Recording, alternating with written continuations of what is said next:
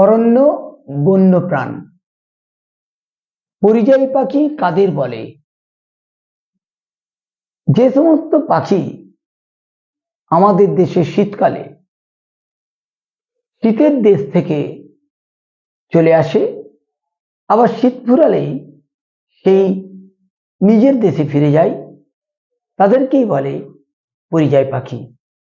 শীতকালে আমরা উপরের দিকে তাকালে, সকাল এবং বিকেলের দিকে উপরের দিকে তাকালে দেখবো যে ঝাঁক ঝাঁক পাখি উড়ে যাচ্ছে এবং উড়ে আসছে। এরাই হলো পরিযায়ী পাখি। উদাহরণ কি? যেমন বালি হাঁস বা শীত ফুরালেই চলে যায়। এখানে বাঁ দিকের সাথে ডান দিক মেলাও দেওয়া আছে। বাঁ দিকে 3টি সংরক্ষিত অরণ্য, অভয়ারণ্য, জাতীয় উদ্যান, আর এখানে উত্তরগুলো দিয়ে দেওয়া আছে, ম্যাচিং করতে হবে। বন্যপ্রাণ সপ্তাহ কবে পালিত হয়? প্রতি বছর অক্টোবর মাসের প্রথম সপ্তাহ বন্যপ্রাণ সপ্তাহ হিসাবে পালন করা হয়। ভারতের মাটি কি? ভূত্বকের উপরে যে নরম শিলা থাকে, যেখানে উদ্ভিদ জন্মায়, সেটাই হলো মাটি। খাদার ও ভাঙার কি? নদীর তীরবর্তী উর্বর নবীন মৃত্তিকাকে বলা হয় খাদার। আর নদীর পশ্চাৎবর্তী অনুর্বর প্রাচীন পলিকে বলা হচ্ছে ভাঙার। তাহলে খাদারে চাষবাস খুব ভালো হয়, কিন্তু ভাঙারে চাষবাস খুব একটা ভালো হয় না। মাটির জলধারণ ক্ষমতা, ড্যাশ মাটির জলধারণ ক্ষমতা খুব বেশি। কালো মাটির জলধারণ ক্ষমতা খুব বেশি। এই মাটিতে কিসের চাষ হয়? এই মাটিতে তুলা, কার্পাস, বাদামের চাষ হয়। কোথায় এই মাটি দেখা যায়? গুজরাট, মহারাষ্ট্র, কর্ণাটক ও অন্ধ্রপ্রদেশের কিছু অংশে এই ধরনের মাটি দেখতে পাওয়া যায়। ল্যাটেরাইট মাটির রং লাল হয় কেন? লৌহ অক্সাইড এই মাটিতে যুক্ত থাকে বলে এই মাটির রং লাল হয়। পার্বত্য অঞ্চলের মাটিতে কিসের চাষ হয়? তোমরা দেখেছো দার্জিলিং গেলে কি দেখতে পাও? চা বাগান। তার মানে পার্বত্য অঞ্চলের মাটিতে চায়ের চাষ হয়। আর কি আছে? দার্জিলিং এর কমলা লেবু জগৎ বিখ্যাত, তাই কমলা লেবুর চাষ হয়। আবার কর্ণাটকে যাও, সেখানে দেখবে পার্বত্য অঞ্চলে কফির চাষ হচ্ছে। তাহলে চা, কফি, কমলা লেবু। আবার তোমরা যদি কেরালাতে যাও, সেখানে দেখতে পাবে বিভিন্ন মশলার চাষ হচ্ছে। তাহলে চা, কফি, কমলা লেবু, মশলা, এইসব চাষ পার্বত্য অঞ্চলে হয়ে থাকে। মৃত্তিকা সংরক্ষণ কিভাবে করা যায়? দেখো, মৃত্তিকা সংরক্ষণ করার বিভিন্ন উপায় আছে। মৃত্তিকা সংরক্ষণ করতে গেলে গাছপালা বেশি লাগাতে হবে। গাছের শিকড় মৃত্তিকাকে ধরে রাখে। আর কি? কোনো জায়গায় খোঁড়াখুড়ি করলে সঙ্গে সঙ্গে সেই জায়গাটি মাটিগুলি, আলগা মাটিগুলিকে চেপে বসিয়ে দিতে হবে, তাতে মৃত্তিকা ক্ষয় কম হবে। আরেকটা কি? কোনো অংশে যদি ঢালু হয়, তাহলে মাঝে মাঝে সেই জায়গাতে একটু আল তুলে দিতে হবে, অর্থাৎ একটু উঁচু করে ঘেরা দিয়ে দিতে হবে, যাতে করে জলের সাথে মাটিটা গুলে বেরিয়ে চলে যেতে না পারে। আর গোচরণ ভূমি, যেখানে গরু চড়ানো হয়, গরুর খুরের সাথে, গরুর পায়ে যে খুর থাকে, খুরের সাথে মাটি আলগা হয়ে যায়, ফলে বৃষ্টির সময় সেই আলগা মাটি ধুয়ে চলে যায়, অন্যত্র চলে যায়। তাহলে এইগুলোকে একটু কন্ট্রোল করতে হবে, ভাবনা চিন্তা করে গোচরণ ভূমি করতে হবে। এরকম করে যদি আমরা থাকি, তাহলে মৃত্তিকা ক্ষয় অনেকটাই রোধ করা সম্ভব। মরু অঞ্চলের মাটি কি রকম? মরু অঞ্চলের মাটি মোটা দানাযুক্ত হয়, আর সেই মাটি জল ধারণ ক্ষমতা একেবারেই থাকে না। দেখো, কিছুটা বালি নিয়ে যদি 1 বোতল জল ঢালো, তাতে দেখবে জলটা কোন দিকে চলে গেল। আর একটু মাটি নিয়ে যদি তাতে জল ঢালো, দেখবে মাটিটা কাদা কাদা হয়ে গেছে। এই মাটি অবশ্যই সাধারণ মাটি। আর বালি জল ধারণ ক্ষমতা একদমই থাকে না। ভারতের স্বাভাবিক উদ্ভিদ, স্বাভাবিক উদ্ভিদ কাকে বলে? যেসব উদ্ভিদ আপনা থেকেই জন্মায় সেইগুলোকে বলা হয় স্বাভাবিক উদ্ভিদ। যদিও আজকাল কিছু ওই স্বাভাবিক উদ্ভিদ জাতীয় উদ্ভিদকেই লাগানো হচ্ছে এবং পরিচর্যা করা হচ্ছে। সেটা তো কৃত্রিমভাবে বন সৃষ্টি করার জন্য করা হচ্ছে, কিন্তু সুন্দরবন কেউ কি লাগিয়েছিল? কেউ লাগায়নি। আপনা থেকেই জঙ্গল সৃষ্টি হয়েছে, প্রাকৃতিকভাবে জঙ্গল সৃষ্টি হয়ে গেছে।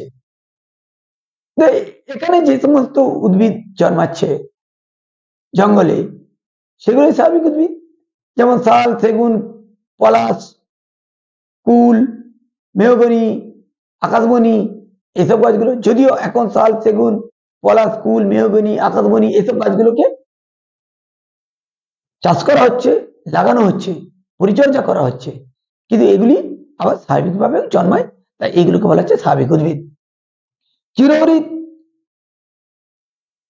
পর্ণমোচী উদ্ভিদ, ক্যাকটাস, ম্যানগ্রোভ অরণ্য কাকে বলে? চিরহরিৎ কাকে বলে? যে গাছে সারা বছরই সবুজ পাতা থাকে তাকে বলা হচ্ছে চিরহরিৎ বৃক্ষ। যেমন আম, আম গাছের পাতা কিছু পাতা ঝরে যায়, আবার নতুন কচি পাতা বেরোয়, কিন্তু পুরো গাছের পাতাটা একেবারে নির্মূল হয়ে যায় না। এবার পর্ণমোচী উদ্ভিদ, পর্ণমোচী উদ্ভিদ মানে কি? শীতকালে যাদের পাতা ঝরে যায় সেইগুলোকে বলা হবে পর্ণমোচী উদ্ভিদ। খুব সূক্ষ্ম একটা উদাহরণ দিচ্ছি, আমরা আমরা একটা পর্ণমোচী উদ্ভিদ। বট, বট গাছের সমস্ত পাতা ঝরে যায়, আবার নতুন করে পাতা জন্মায়, এগুলো হচ্ছে পর্ণমোচী উদ্ভিদ। ক্যাকটাস, তোমরা দেখেছো তেসিরমন্ত্রা, ফণিমন্ত্রা প্রভৃতি গাছ যাদের কাঁটা আছে সেগুলো হলো ক্যাকটাস। এই উদ্ভিদগুলো অল্প জলযুক্ত অংশেই জন্মাতে পারে, অর্থাৎ এদের জীবন ধারণ করার জন্য খুব বেশি জলের প্রয়োজন হয় না। মরু অঞ্চলে এইগুলো জন্মায়, যদিও আমরা আমাদের বাড়ির বিভিন্ন জায়গাতেও এই ক্যাকটাস জাতীয় গাছ, যারা গ্রামাঞ্চলে থাকো তারা তো দেখতেই পাবে। আবার অনেকে বাড়িতেও এই জাতীয় ক্যাকটাস জাতীয় গাছগুলি তাদের বাগানে লাগায়। ম্যানগ্রোভ অরণ্য, ম্যানগ্রোভ অরণ্য মানে কি?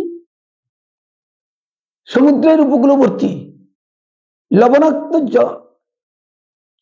মাটিতে এই জাতীয় গাছগুলি জন্মায়, অর্থাৎ সমুদ্রের উপকূলবর্তী, নদীর তীরবর্তী, যেগুলো একেবারে সমুদ্রের সাথে মিশছে সেরকম একটা জায়গাতে, যেখানে লবণের, যেখানে জোয়ার ভাটা হয়, সোজা কথা বলতে গেলে যেখানে জোয়ার ভাটার জল, জোয়ারের জল প্রবেশ করে, সেই সমস্ত জায়গাতে যে সমস্ত উদ্ভিদরা জন্মায় সেগুলোকে বলা হচ্ছে ম্যানগ্রোভ জাতীয় উদ্ভিদ। আর এই উদ্ভিদ জন্মে যে অরণ্য সৃষ্টি হচ্ছে সেটা হচ্ছে ম্যানগ্রোভ অরণ্য। ম্যানগ্রোভ অরণ্যের সবচেয়ে বড় উদাহরণ হলো সুন্দরবন। সেখানে কি কি উদ্ভিদ আছে? গেওয়া, গরান, হেতাল, সুন্দরী, এই সমস্ত ম্যানগ্রোভ জাতীয় উদ্ভিদ জন্মায়।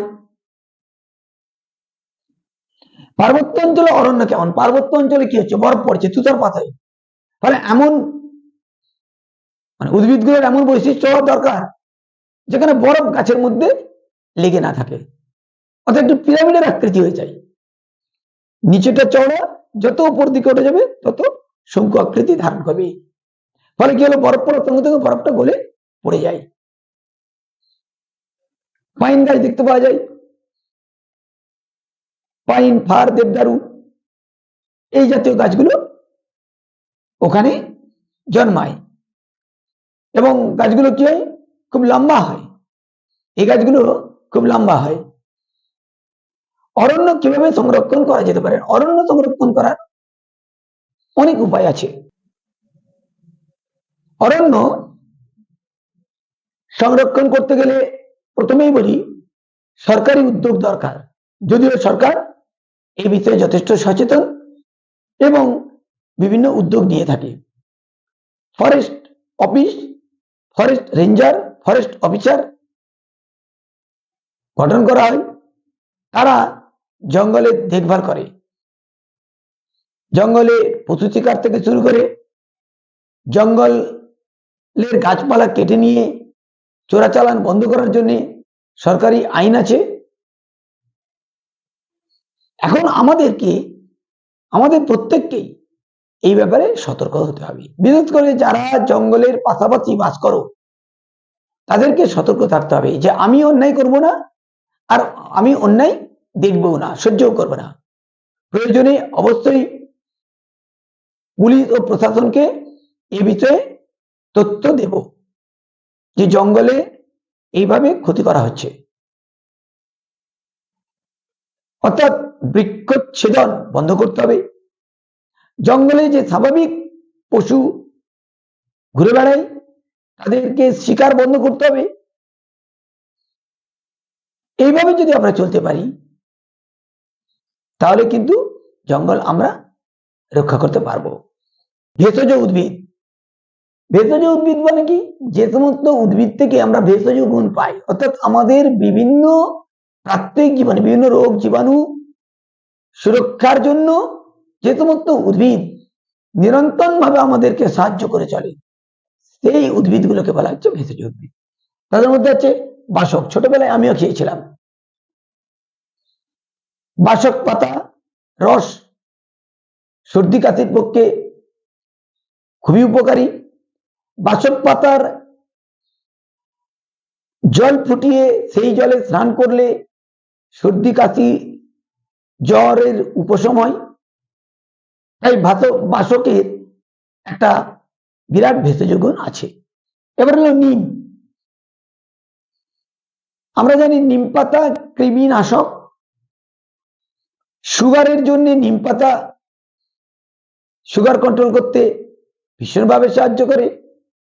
এছাড়া কোনো অংশে, শরীরের কোনো অংশে ঘা, প্যাঁচড়া, খোস এসবগুলো হলে নিম পাতা বেটে সেখানে লাগালে অনেকটা ভালো হয়, ইনফেকশন ভালো হয়ে যায়।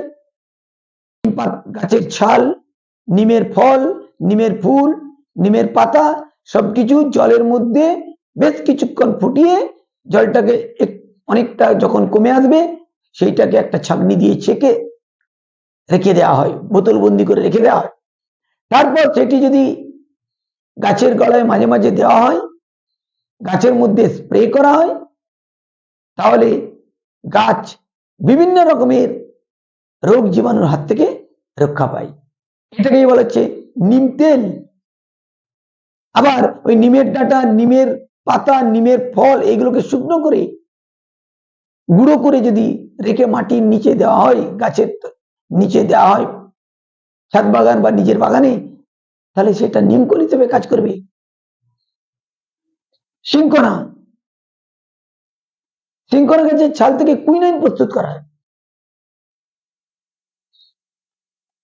যা ম্যালেরিয়া রোগের একটা বিরাট ওষুধ। তুলসী, সর্দি কাশিতে তুলসী পাতা রস করে তার সাথে মধু দিয়ে যদি খাওয়া হয় তাহলে সর্দি কাশি ভালো হয়ে যায়। ছোটবেলায় আমি প্রচুর খেয়েছি, তোমরাও নিশ্চয়ই খেয়েছো। সর্পগন্ধা, সর্পগন্ধা থেকে রেসারপিন পাওয়া যায়, যে রেসারপিন হাই প্রেসার, যাদের হাই প্রেসার আছে তাদের পক্ষে এটা খুবই মূল্যবান একটা ওষুধ। হাই প্রেসার কন্ট্রোল করতে এটা ব্যবহার করা হয়।